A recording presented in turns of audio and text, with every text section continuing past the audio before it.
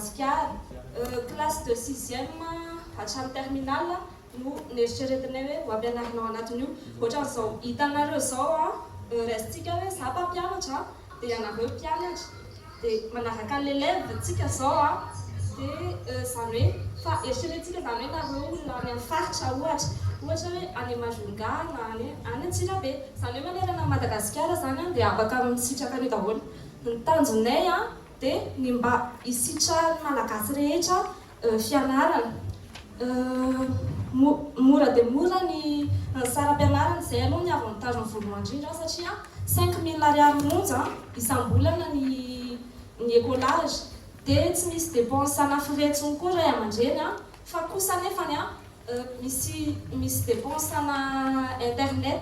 Dia izay indrindra no mba angatahanay raha ohatra kalana fiaraha-miasa amina opérateur malagasy afahany zareo mandray serveur anay mba anome offre ho anay ohatrany hoe Facebook na ohatra hoe le Instagram sy ny tariny ireny mba anamora an'le dépense an'le ray aman-dreny zany satria averika anay tanjonay dia ny anaran'ny malagasy rehetra, ny zanaka malagasy rehetra.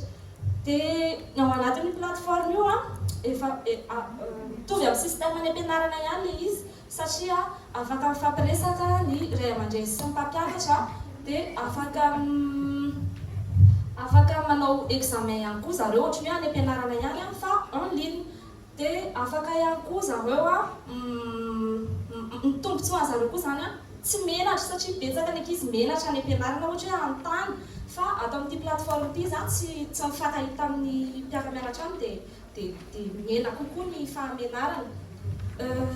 Ny outil reto hitanareo reto daholo zany eo amin'le plateforme misy accès an'ny élève sy parents dia misy an'io système de présence avancé zany hoe ao amin'io misy hoe fanaovana présence zany io dia hitao daholo hoe izy any absent dia izy amin'ny présence ohatra ny any ampianarana reto.